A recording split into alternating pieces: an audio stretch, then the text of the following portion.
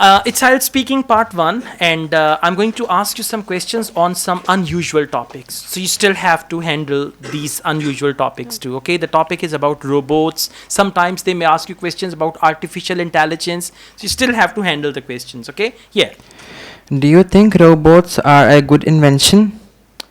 Yes, I do. As robots, nowadays the technology is very common. Robots are mostly used in the factories. So I think robots are a very good Yeah, very good invention. invention of Yeah. science, and that's it. Okay, yeah. What kind of robot would you like to have? Nowadays there is a cleaning machine that is called that we use to clean the on speaking commands. So it's a good invention on your house to. Okay, now you need to link your answer with your personal thing. What kind of robot would you like to have? I would like to have this cleaning robot. There is a vacuum cleaner cum robot that cleans the house without any assistance. So that sort of robots I like very much. I think they call this robot Mossy. So I like this robot very much. Anything like that, okay? So you need to add something, and personal touch is important. Whenever they ask you question with would you like, never answer in third person. You should answer in first person singular. Okay? Yes, one more.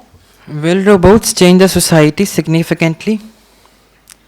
Yes, robots will change over society as humans are not interacted with them, and the robots take place the humans. So robots are usually to take place with the humans.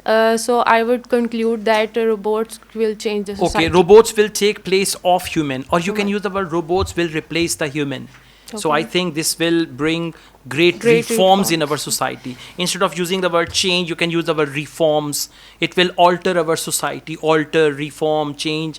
Just use, I mean, these words will show the examiner your English. Okay. And if you show your English to examiner, you get higher band score, right?